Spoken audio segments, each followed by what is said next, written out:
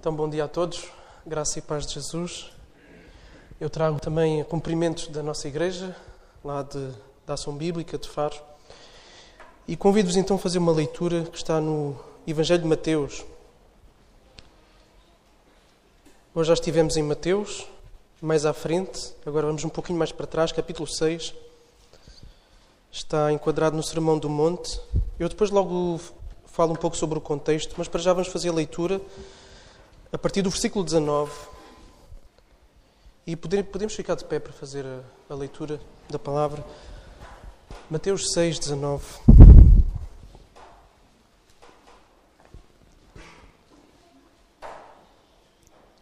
Não ajunteis tesouros na terra, onde traça e ferrugem os consomem, e os ladrões invadem e roubam.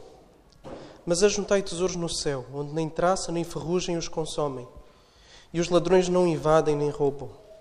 Porque onde estiver o teu coração, o teu tesouro, aí estará também o teu coração. A candeia do corpo são os olhos, de modo que se os teus olhos forem bons, todo o teu corpo terá luz. 23. Se porém os teus olhos forem maus, o teu corpo está repleto de trevas. Se portanto a luz que há em ti forem trevas, que grandes trevas serão. Ninguém pode servir a dois senhores, porque ou odiará a um e amará o outro, ou se dedicará a um e desprezará o outro. Não podeis servir a Deus e às riquezas. Por isso vos digo, não fiqueis ansiosos quanto à vossa vida, com o que comereis ou com o que bebereis, nem quanto ao vosso corpo, com o que vestireis. Não é a vida mais do que o alimento e o corpo mais do que o vestuário? Olhai para as aves do céu, que não semeiam, nem colhem, nem ajuntam em celeiros, mas o vosso Pai Celestial as alimenta. Acaso não tendes muito mais valor do que elas? Qual de vós, por mais ansioso que esteja, pode acrescentar sequer uma hora à duração da sua vida? E por que andais ansiosos quanto ao que vestir? Olhai como os lírios do campo crescem. Eles não trabalham, nem tecem. Mas eu vos digo que nem Salomão, em toda a sua glória, se vestiu como um deles. E se Deus veste assim a planta do campo, que hoje existe e amanhã é jogada no forno, quanto mais a vós, homens de pequena fé. Portanto, não vos inquieteis dizendo que comeremos, que beberemos, com que nos vestiremos. Porque os gentios é que procuram todas estas coisas. E de facto o vosso Pai Celestial sabe que precisais de tudo isso. Mas buscai em primeiro o seu reino e a sua justiça, e todas essas coisas vos serão acrescentadas. Não vos inquieteis, pois, pelo dia da manhã, porque o dia de amanhã trará as suas próprias preocupações. Basta a cada dia o seu problema. Até aqui a palavra. Gostaria também de agradecer o convite de estar aqui com o Tiago e com todos vocês. É um prazer que o Senhor possa nos conduzir. Na passagem que nós lemos, nós hoje não vamos abordar toda a passagem. Eu só quis lê-la toda para termos o contexto da passagem que eu de facto quero abordar, que é a partir do versículo 25. Mas na passagem que antecede, ou seja, do 19 ao 24, nós podemos perceber que aquilo que deve mover a vida daquele que se afirma discípulo de Jesus não são os tesouros terrenos, não são os bens materiais, mas sim os tesouros eternos. O olhar do cristão deve estar focado na eternidade. E percebemos também pela passagem que não pode estar dividido entre a eternidade, entre Deus e as coisas terrenas. Porque tanto Deus quanto as coisas terrenas exigem devoção completa de cada um de nós. Então não dá para querer satisfazer estas duas coisas. E em várias formas que não vamos aqui falar agora, torna-se impossível servir estes dois deuses. Então cada um de nós não deve viver em função das riquezas deste mundo. É isto que esta passagem anterior nos diz. Mas devemos ser bons mordomos daquilo que Deus nos deu. Agora, isto não quer dizer que é um chamado à pobreza extrema, que vamos andar descalços. Não é um chamado a isso. Quer dizer que podemos, de facto, ser prósperos, mas quer dizer, acima de tudo, que o problema não é aquilo que se tem, é o que se faz com o que se tem. E isto é diferente. E a atitude que se tem para com aquilo que está nas nossas mãos. E é isso que faz toda a diferença. O ponto que Jesus está aqui a colocar não é o termos bens materiais, mas é como é que o nosso coração está diante dessas coisas materiais. E podemos aplicar esse princípio também não só em relação a dinheiro ou à prosperidade material, mas a todas as áreas da vida. em que a nossa vida deve girar em torno do investimento sério, do investimento comprometido nas coisas do porvir, ou seja, nas coisas da vida eterna e não deste mundo. Seja carreira profissional, seja entretenimento, seja popularidade, seja o que for. E também podemos perceber nessa passagem do 19 ao 24 que essas coisas em si mesmas elas não são más, elas não são negativas. O problema começa a acontecer quando a nossa devoção a essas coisas começa a competir com a nossa devoção a Deus. Okay? Então essas coisas podem ter o seu lugar. O problema está em quando nós trocamos a bênção pelo Deus das bênçãos. E às vezes a fronteira pode ser muito ténue na gratidão para a adoração às bênçãos. E aí precisamos de analisar a nossa motivação. Mas isto é uma outra pregação. Isto é só para dar o contexto para a passagem que nós vamos ver hoje. Porque a passagem que nós vamos ver hoje lida também com os bens materiais. No caso, com aquilo que se tem e que é básico para a nossa vida. E diz-nos o texto para nós não ficarmos ansiosos com essas coisas. Nomeadamente com o que comer e com o que vestir. Então Jesus continua, do 25 ao 34, a abordar os bens materiais.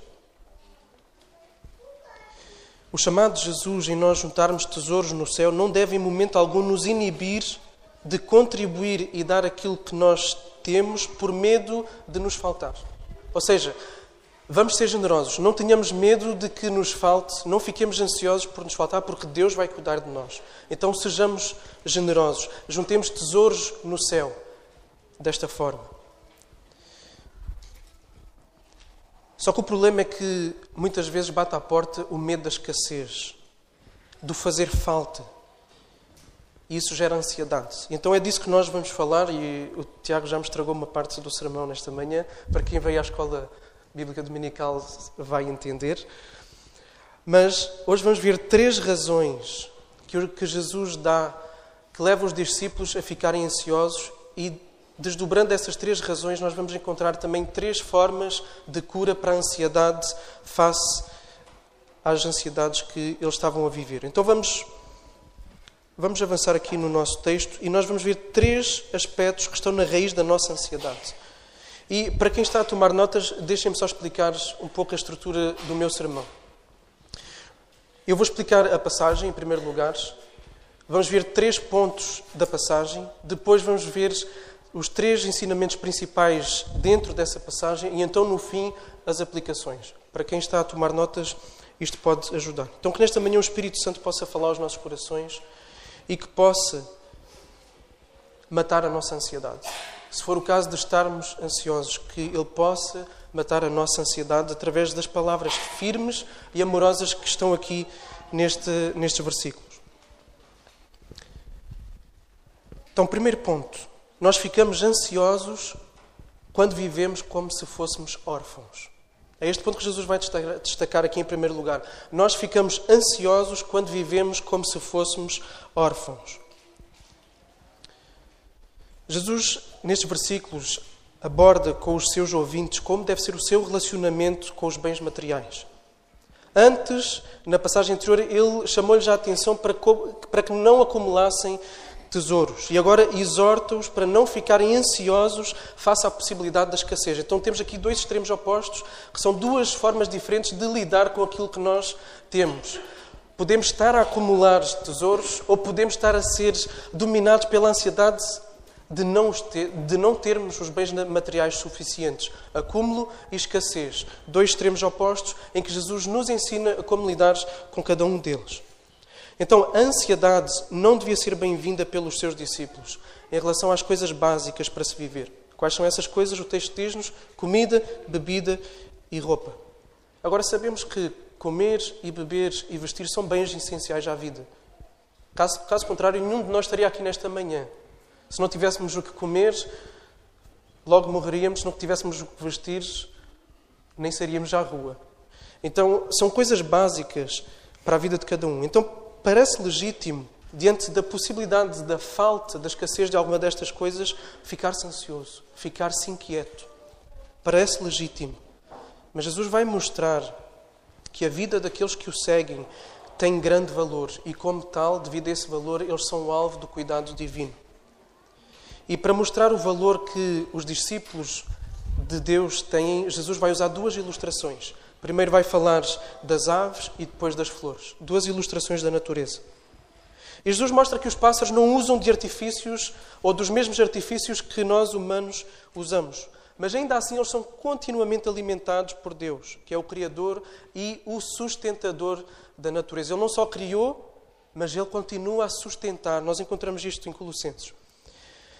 Agora, os pássaros apenas têm que voar e, pelo instinto, procurar o alimento. Não têm que construir celeiros e aí ajuntar o alimento. Deus lhes dá o alimento.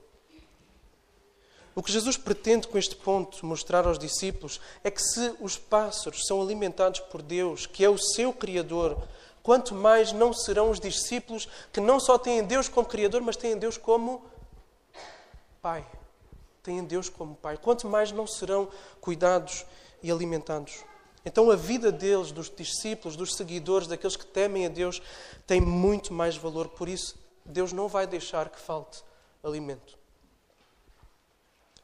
Agora, antes de entrar na segunda ilustração, de falar das flores, Jesus mostra a irracionalidade, a insensatez da ansiedade.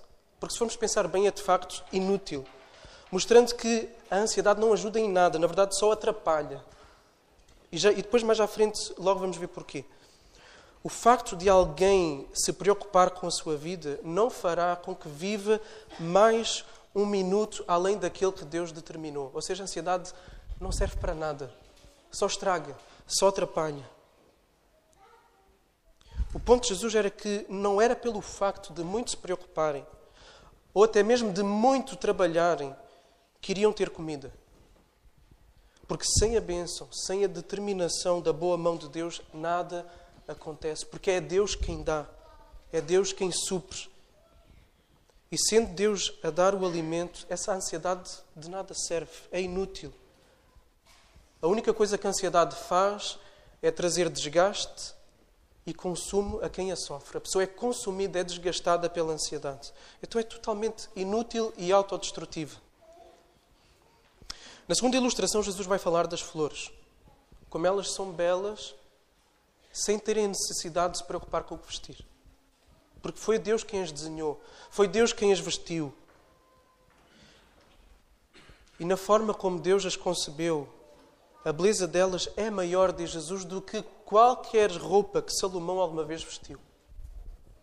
E Salomão foi muito abastado, Salomão foi muito próspero. Salomão era famoso. Ele certamente tinha roupas maravilhosas, da mais alta qualidade. E Jesus diz que as flores vestem-se melhor que Salomão. E as flores são altamente frágeis. As flores hoje estão bonitas, estão viçosas, amanhã murcham e são úteis apenas para serem lançadas no forno para fazer o pão. E se Deus veste de tamanha beleza, de uma forma tão bonita as flores, que são tão frágeis, que são tão temporárias, será que Ele não vai vestir os seus filhos, que são eternos? Os seus filhos vão viver por toda a eternidade. Será que Deus não vai vestir os seus filhos? E nesta última pergunta, Jesus vai acusar os seus ouvintes de uma coisa que Jesus acusou os discípulos na passagem que nós lemos esta manhã na EBD, quando eles estavam no meio da tempestade. Homens de pequena fé. Isto quer dizer que eles tinham fé, não quer dizer que eram incrédulos, quer dizer que tinham fé, criam em Deus.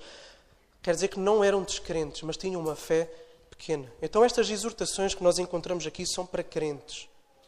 São os crentes que são chamados a não se preocupar com o que comer e com o que vestir. O compromisso de Deus alimentar e de Deus vestir é com os seus filhos. Então Jesus acusa-os de terem uma fé frágil, uma fé que abre porta à ansiedade. Porque uma fé que é frágil é uma fé que se abre à ansiedade. Ou seja, o que é que podemos concluir daqui? Que a ansiedade é sinónimo de incredulidade. A ansiedade é filha da incredulidade, da não confiança em Deus, do não crer que Deus cumpre as suas promessas de cuidado para com os seus filhos. O segundo aspecto. Nós ficamos ansiosos quando vivemos como cristãos na doutrina, mas ateus na prática. O primeiro é, nós ficamos ansiosos quando vivemos como se fôssemos órfãos, ou seja, como não tendo Deus como Pai. E o segundo, nós ficamos ansiosos quando vivemos como cristãos na doutrina, mas ateus na prática. Jesus volta a fazer a mesma exortação. Não fiquem ansiosos.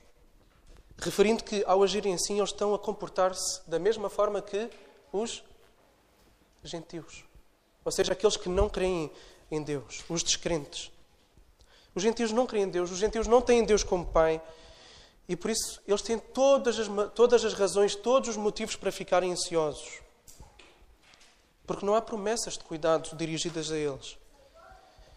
Eles sim deviam se preocupar com o que comer e com o que vestir. Agora, o discípulo de Jesus é convocado a descansar. Mas é convocado a fazer também outra coisa, a buscar intensamente, porque é esse o sentido aí do versículo 33, buscar em primeiro o seu reino. No original, a palavra para buscar tem este sentido de buscar intensamente, direcionar a sua energia total para onde? Para o reino de Deus. Deve priorizar a sua vida com Deus, deve amar a Deus e ao seu próximo. Este deve ser o foco, esta deve ser a preocupação do discípulo. Deve ser isto que deve tirar o sono do discípulo. O que deve tirar o sono do discípulo não é se amanhã vai ter o que comer ou o que vestir. Aquilo que deve tirar o sono do discípulo é se ele está a glorificar a Deus, é se ele está a buscar o reino de Deus em primeiro lugar na sua vida. E a promessa é que, se a minha preocupação for esta, Deus vai cuidar de tudo o resto. Jesus está a dizer, foquem o vosso pensamento e a vossa ação em direção às coisas de Deus e deixem com Deus as vossas coisas, comida e roupa. Ou seja, vivam como crentes, não só na doutrina, mas também na prática, como aqueles que sabem que têm em seu favor o Deus Todo-Poderoso, que tudo controla e que prometeu amar e agir em favor dos seus. O terceiro ponto, nós ficamos ansiosos quando vivemos os problemas, e aqui eu vou roubar aquela ideia da nossa imaginação. Okay? Ficamos ansiosos quando vivemos os problemas que ainda não existem, que nós elaboramos na nossa mente. E é isso que Jesus exorta no final. A não se deixarem dominar pela ansiedade que revela a insensatez ao viverem problemas que ainda não existem. O do dia da manhã. A ansiedade nasce do desconhecimento do futuro. É o medo do futuro, é o medo de perder o controle sobre aquilo que se valoriza. E a verdade é que há coisas que não se controlam. Nós não podemos controlar tudo. E isso fica evidente nesta passagem. Várias vezes, nas ilustrações que Jesus usa, isso é evidente. Os pássaros não ajuntam, as flores não se vestem e ninguém consegue acrescentar 1 centímetro, ninguém consegue acrescentar 1 minuto à sua vida. Ou seja, há fatores que não se controlam. Então o ponto crucial está em não se ter o controle sobre a situação, mas em se crer naquele que tem o controle sobre a situação. E este é o convite de Jesus, este é o alvo de Jesus. Então os problemas do amanhã devem ser entregues àquele que controla o amanhã. Os problemas do presente, vamos tratar deles agora. Os da amanhã ficam para amanhã.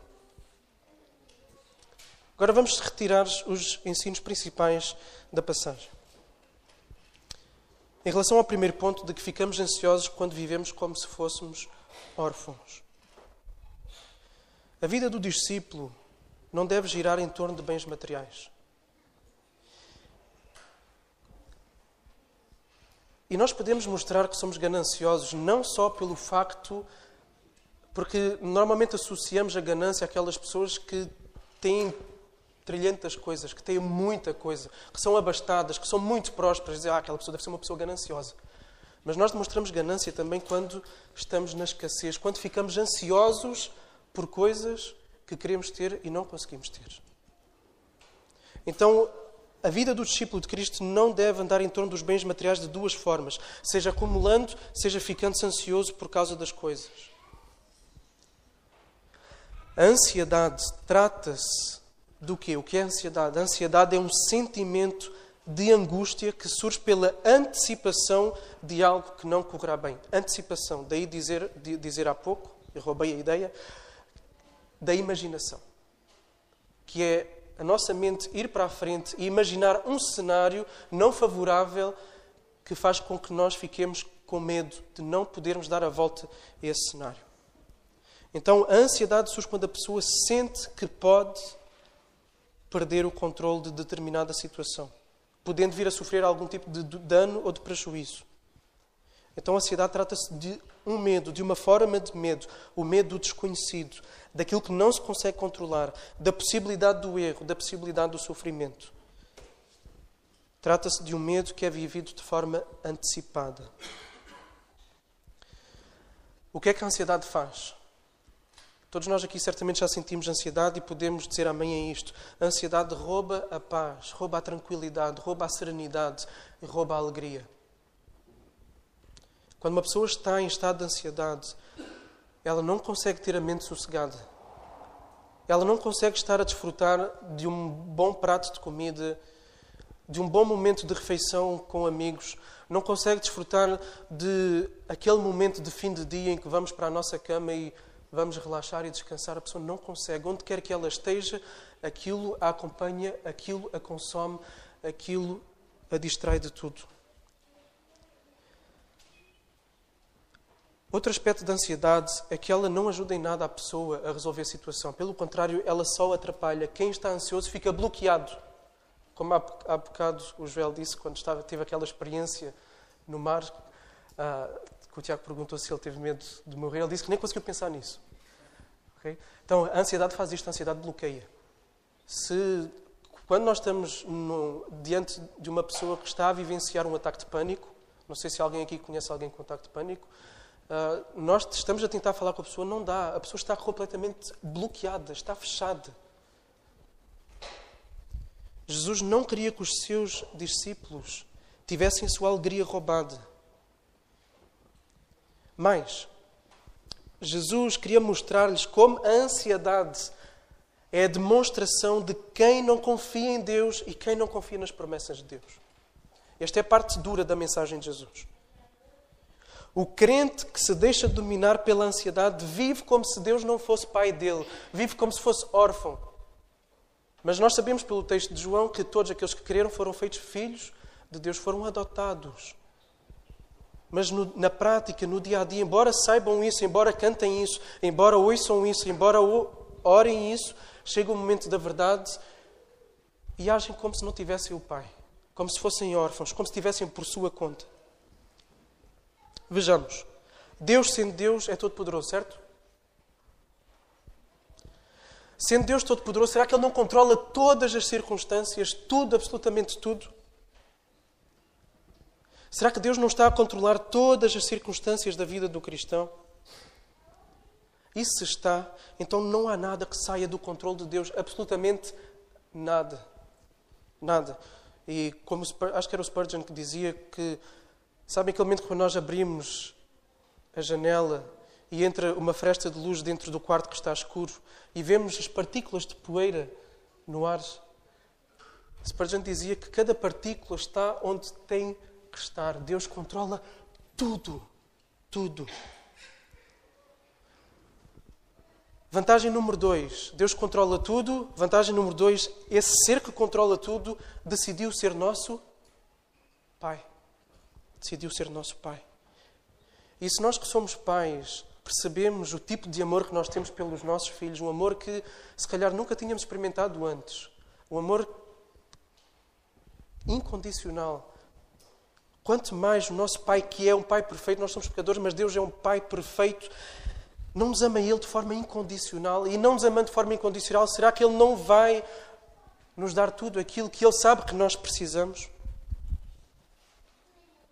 Se Deus quer o bem dos seus filhos, e se Deus controla todas as coisas, de que forma é que Deus vai fazer conjugar todas essas coisas na vida do cristão? Um dos textos mais conhecidos do cristianismo vai responder a isto, Romanos 8, 28.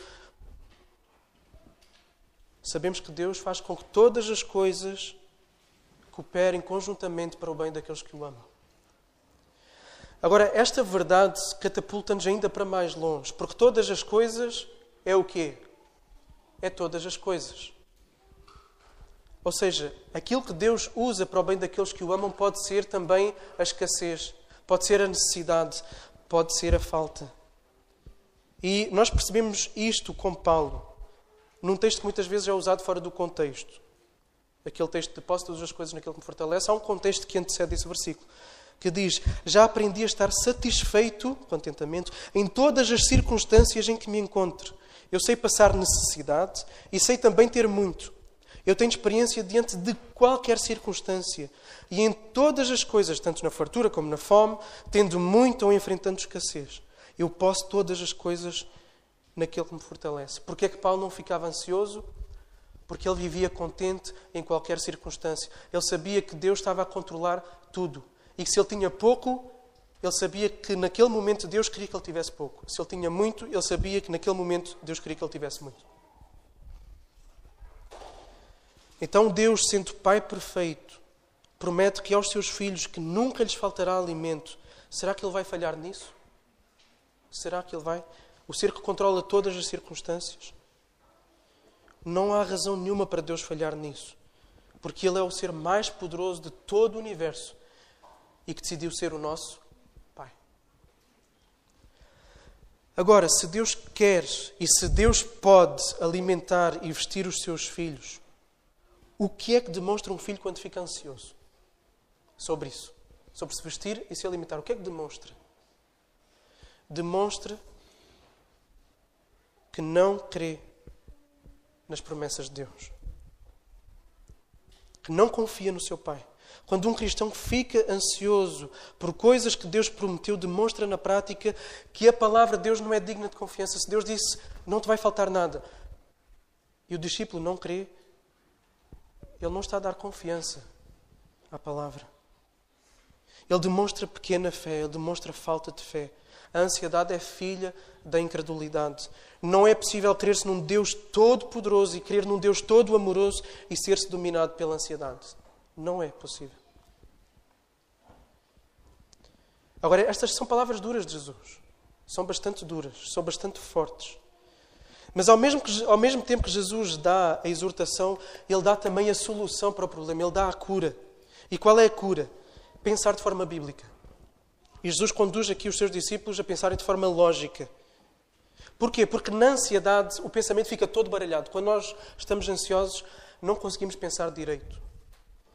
Então aquilo que Jesus vai fazer, Ele vai tirar a pessoa do seu foco, do seu problema e olhar para algo exterior a Ele. E Ele pede aqui aos seus discípulos para olharem para onde? Para a natureza. Tirem o foco de vocês mesmos, olhem para a natureza e aprendam com um dos livros da revelação de Deus, a revelação geral. E diz assim, olhem para as aves, olhem para as flores, Deus cuida delas, não cuida? E aqui espera-se que eles respondam, dizem sim, cuida. Será que vocês não valem mais do que as aves e do que as flores? Não é Deus o vosso Pai? E os discípulos respondem sim, é. Então Jesus conduz os crentes ansiosos a pensarem que o ser mais poderoso e amoroso do universo é Pai deles. E que se Ele cuida e alimenta e sustenta da sua criação, que não é tão importante quanto os seus filhos, quanto mais não cuidará dos seus filhos. Então o cristão é convocado a olhar para a natureza e aí encontrar conforto. O cristão é convocado a olhar para aquele que tem controle sobre a vida e sobre os detalhes que mantém essa vida e que prometeu que ao justo não faltará o quê? O pão. Salmo 37, 25. Agora, é preciso ter atenção no facto de Jesus não está a dizer para as pessoas não trabalharem. Isto não é um convite à preguiça. E sobre isso eu remeto para um livro. Jesus não está a incentivar a preguiça. Os pássaros não semeiam, nem colhem, mas também não ficam no ninho de braços cruzados à espera que o alimento lhes caia do céu. Eles usam o seu instinto para ir apanhar o alimento. O homem deve trabalhar. O homem deve comer do suor do seu rosto. E esse princípio está por toda a Escritura. Bem forte em Provérbios. Mas Paulo também disse, quem não trabalhar, também não come. Okay? Então, o crente faz a sua parte e espera que Deus faça a parte dele. O crente tem a responsabilidade de trabalhar e que Deus lhe dará de comer. O cristão faz a sua parte e entrega o resto a Deus. O ensino em relação ao segundo ponto. Ficarmos ansiosos quando vivemos como cristãos na doutrina, mas ateus na prática. Então, não só Jesus conduz os crentes a se lembrarem que Deus é Pai e a olharem para a natureza e as verdades bíblicas que nela se encontram, de forma a levar os cristãos a pensarem de forma bíblica, de forma correta, e assim verem a sua fé fortalecida, peço desculpa, mas leva também os crentes a olharem para os descrentes. Mais uma vez, olhem para fora de vocês mesmos. Ansiosos não podem olhar para vocês mesmos. O ansioso, quanto mais olha para os seus problemas, mais ansioso fica. Tem que olhar para fora. Então, ele pede que olhem para os descrentes. Os descrentes não têm Deus como Pai. Isto fala-nos de um outro aspecto, é que Deus não é Pai de todas as pessoas. Deus é o Criador de todos, mas Deus não é o Pai de todos. Devido ao pecado de Adão e Eva, o relacionamento entre Deus e o homem foi quebrado, porque o homem amou-se mais a si mesmo e rejeitou Deus. Agora, Deus é santo, Deus é justo e Deus é amoroso e por isso Ele não pode fechar os olhos ao pecado do homem.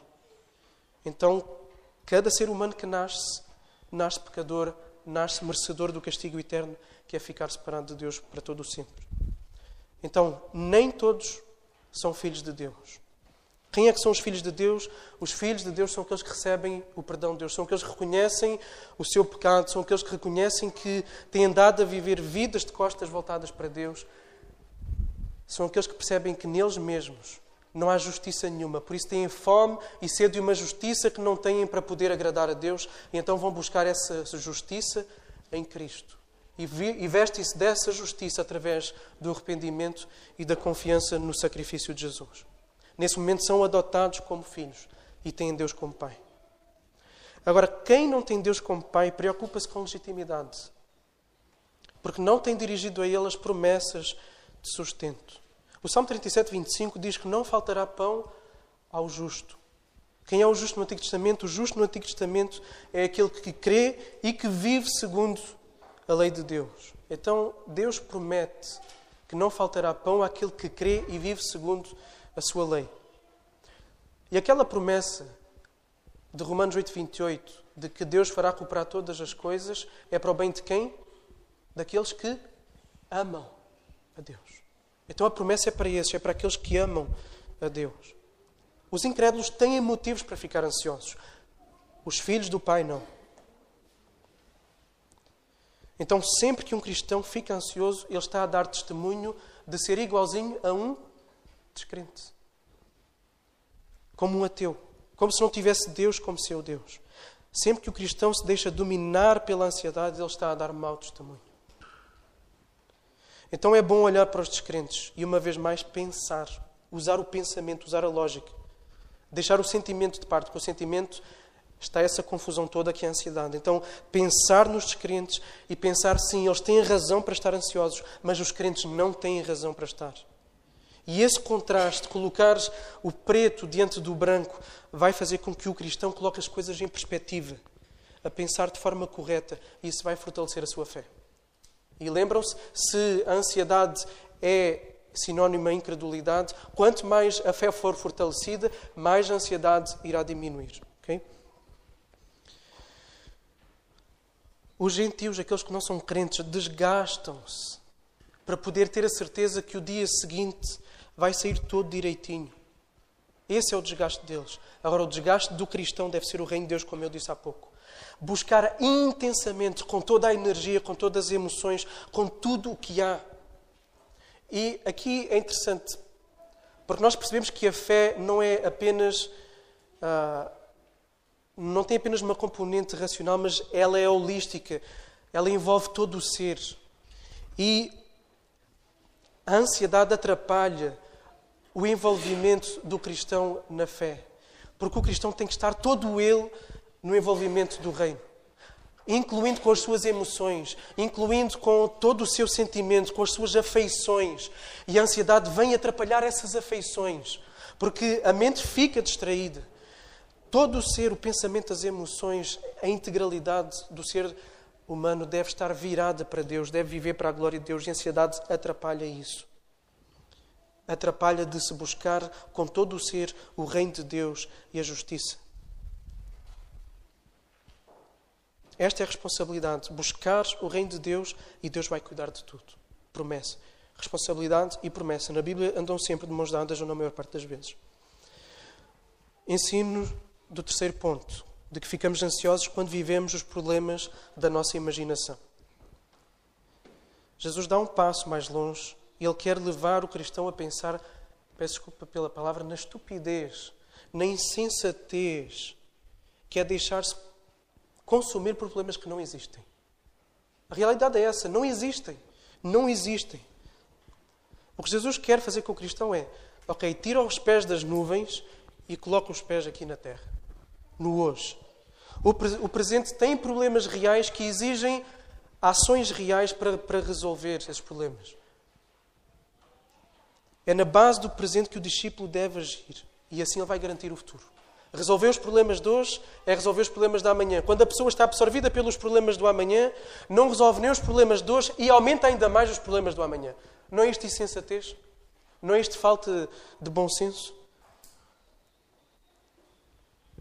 Então a melhor forma de, na medida do possível, prevenir o futuro é procurar resolver os problemas do presente. Agora, quando a pessoa é dominada pela ansiedade, não resolve nem o presente, nem o amanhã. Porque ela encontra-se bloqueada para encontrar soluções para os problemas que ainda não existem. Então é necessário trazer os pés à terra e olhar para o que de facto está à frente do nariz. Tratam-se de metas realistas que podem ser alcançadas, o que está à frente do nariz. Quanto mais não seja pela oração e entrega a Deus, se nada mais houver a fazer. Porque há certos problemas do hoje que ainda assim não temos como os resolver, então, mas podemos orar e entregá-los a Deus. Se o cristão perceber, tomar consciência de que é insensato deixar-se consumir por problemas que não pode resolver e começar a tentar resolver os problemas do presente, a ansiedade vai diminuir. O futuro o cristão entrega a Deus, sendo que Deus é soberano e amoroso e que aquilo que vier no amanhã vem da mão dele.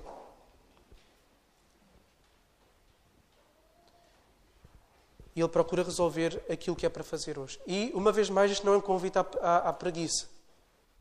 Porque Deus convida a resolver os problemas do hoje, do trabalhar hoje e deixar para amanhã nas mãos de Deus. Vamos às aplicações para a nossa vida.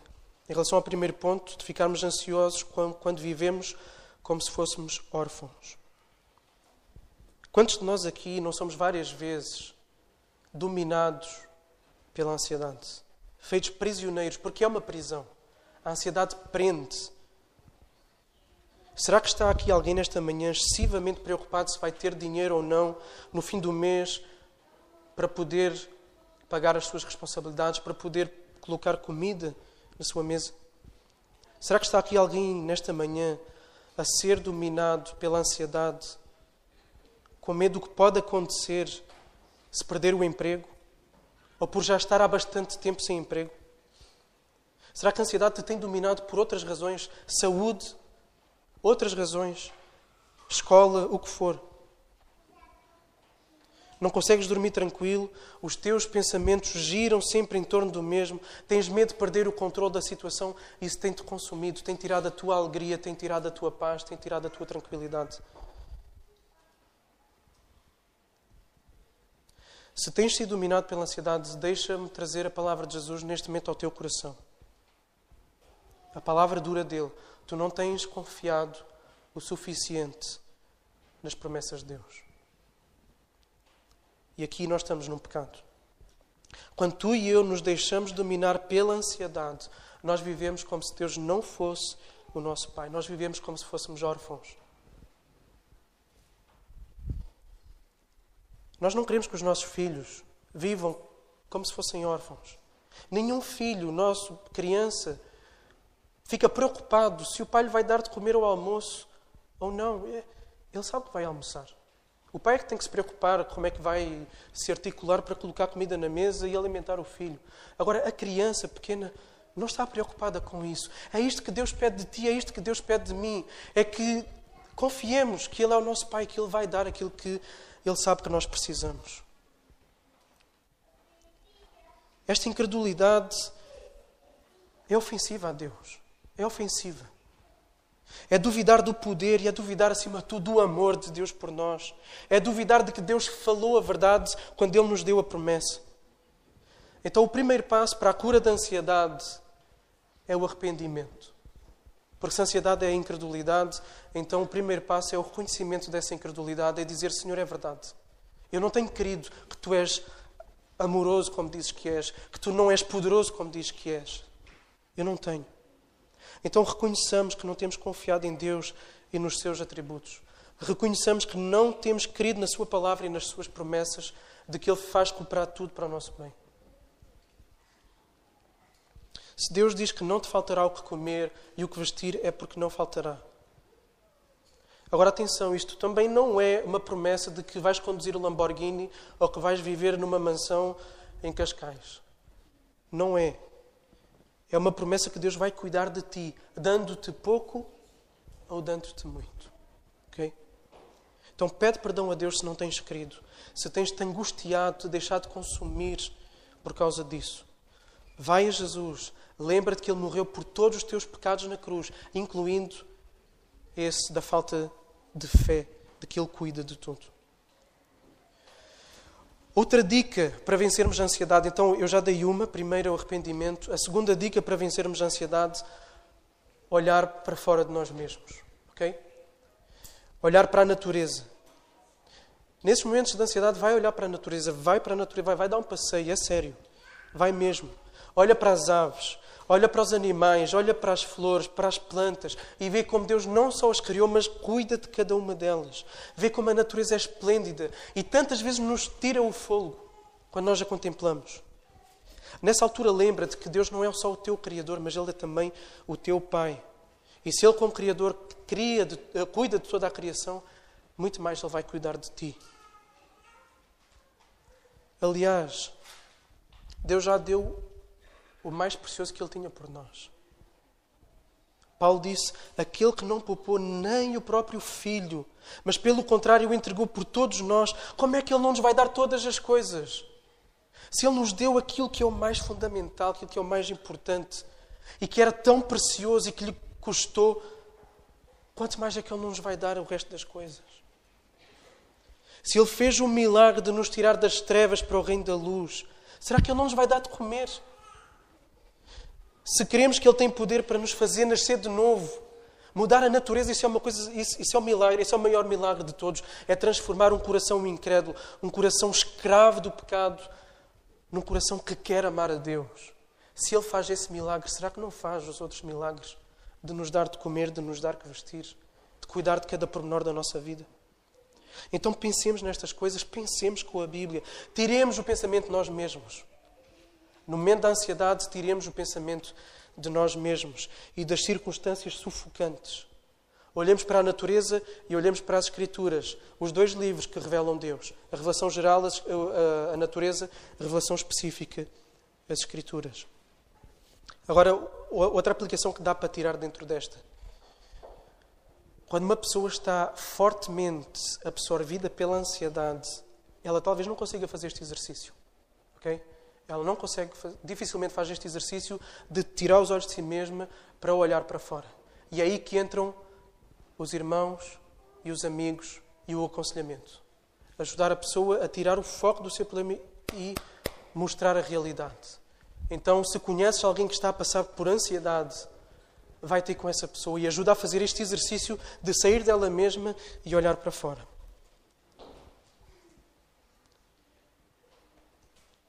Quando a pessoa fizer isto, quando nós fizermos isso, a nossa fé vai ser robustecida, vai ser fortalecida. E à medida que a fé vai se fortalecendo, a ansiedade vai sendo esmagada, destruída e podemos viver em paz e alegria. Então o antídoto para a ansiedade é a confiança em Deus.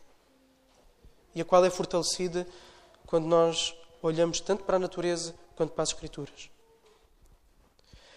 Aplicação para o segundo ponto de ficarmos ansiosos quando vivemos como cristãos na doutrina, mas ateus na prática.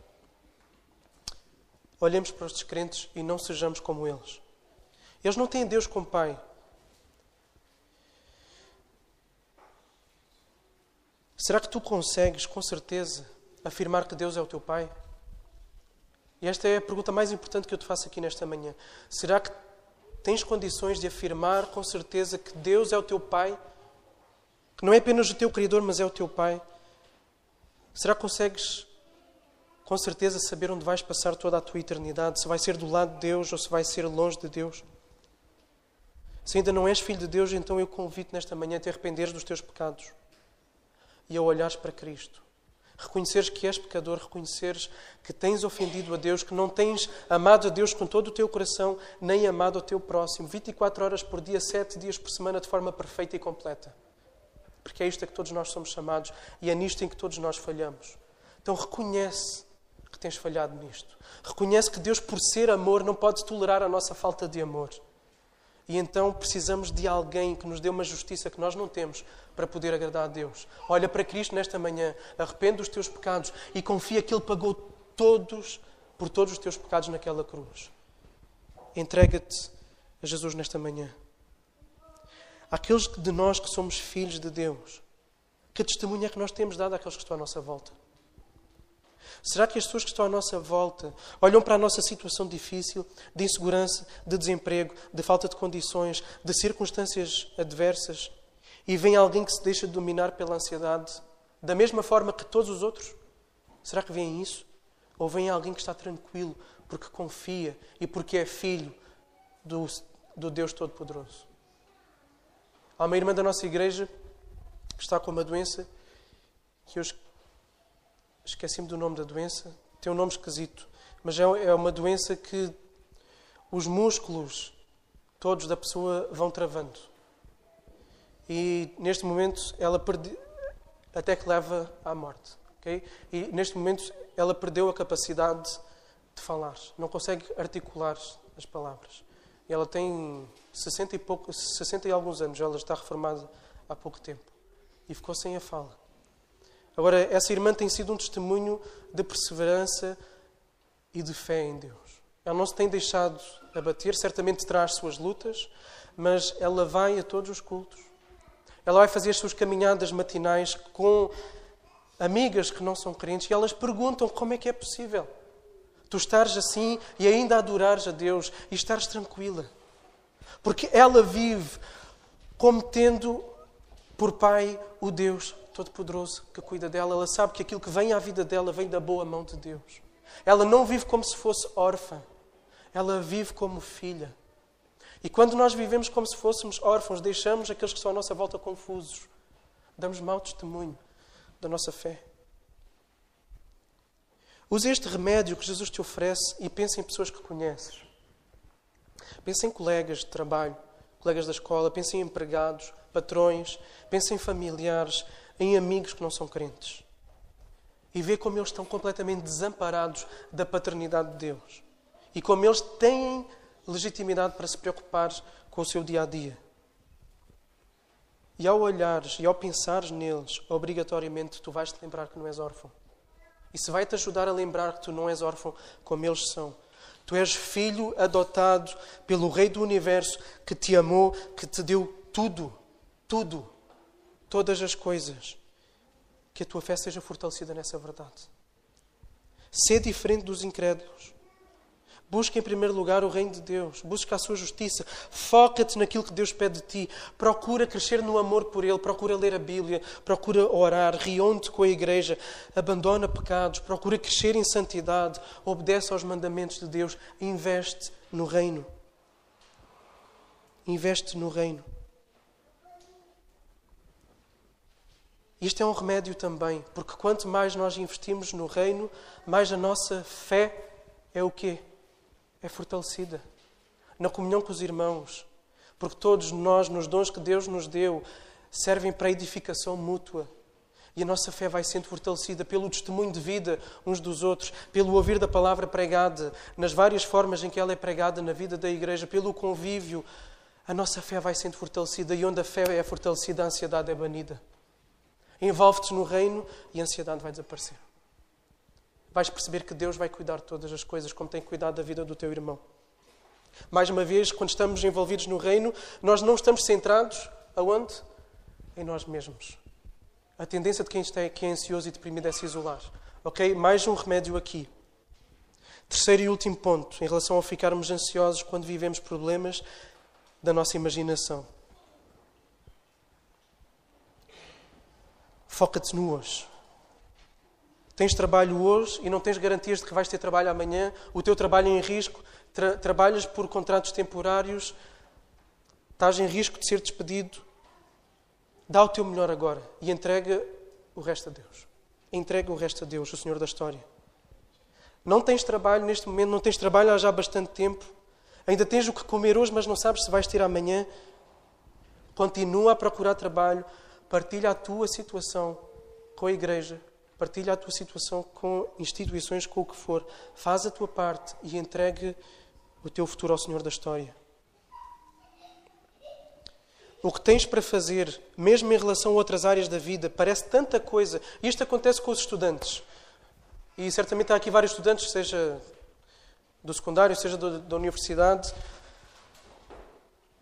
Quando as frequências se aproximam e são aos montes, normalmente elas parece que ficam, os professores escolhem colocar as frequências todas ali na mesma altura, todos os testes na mesma altura, entrega trabalhos, tudo na mesma altura.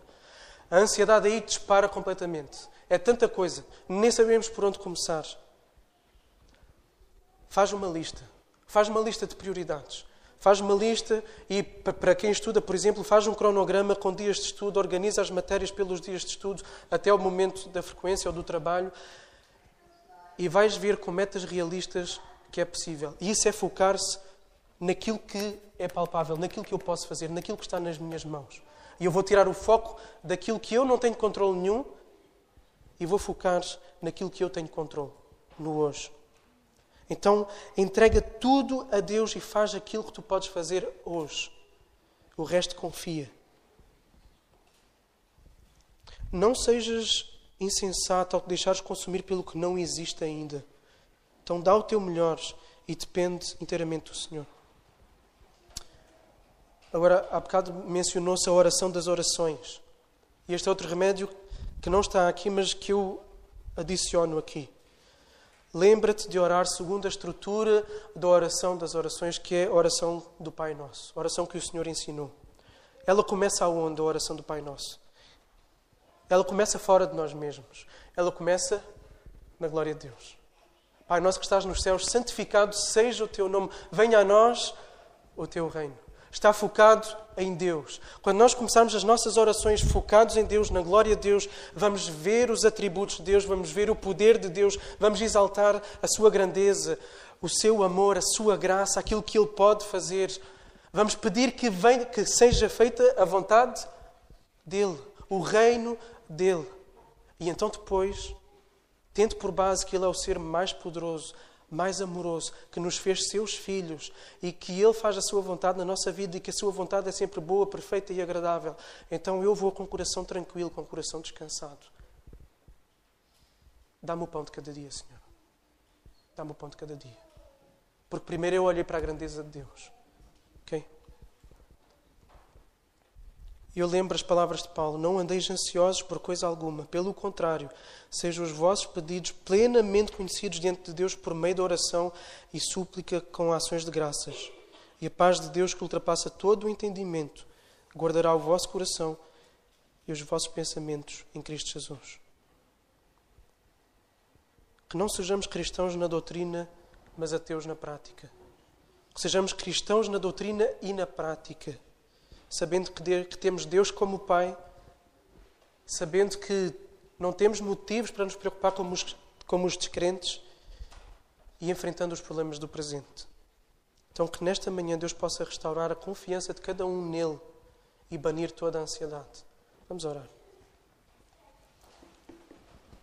Senhor Deus, obrigado pela Tua palavra. Obrigado, Senhor, em primeiro lugar, porque Tu nos fizeste Teus filhos, Tu nos deste o bem mais precioso, a Ti mesmo, para que nós possamos ter vida, para que nós possamos ter paz contigo, relacionamento contigo. E eu peço, Senhor, nesta manhã, daqueles que ainda não se renderam a Ti, eu entrego nas Tuas mãos, Espírito Santo, aquele trabalho que é o Teu, que é o de convencer do pecado, da justiça e do juízo. Eu te suplico para que faças isto nesta manhã, junto daqueles que ainda não são Teus. Que possam se tornar filhos do melhor Pai que algum dia podemos ter. E, Senhor, nós que somos Teus filhos, perdoa-nos, Pai. Nós reconhecemos o nosso pecado de sempre que ficamos ansiosos, porque vivemos como se Tu não fosses nosso Pai, como se não tivesses o melhor para nós, como se não fosses todo-poderoso, como se não nos amasses. Perdoa-nos por isso. Perdoa-nos, Pai. Ajuda-nos a tomar estes remédios que Jesus nos dá. Ajuda-nos a nos lembrar de quem somos, de quem Tu és, das promessas que Tu nos deste. Senhor, ajuda-nos a glorificar-te ao confiarmos que Tu nos vais dar tudo aquilo que Tu sabes que precisamos e estando satisfeitos em qualquer circunstância que nos encontremos. Peço que a Tua paz venha sobre todos aqueles que neste momento têm vivido ansiosos por algum motivo. Ajuda-os a se descentralizarem de si mesmos e dos problemas que ainda não existem e a olharem para Ti e para aquilo que de facto podem fazer. E coloca nas vidas deles pessoas que possam caminhar ao seu lado e ajudá-los nesta caminhada que por vezes é muito difícil e complexa, Senhor. No nome de Jesus nós oramos. Amém.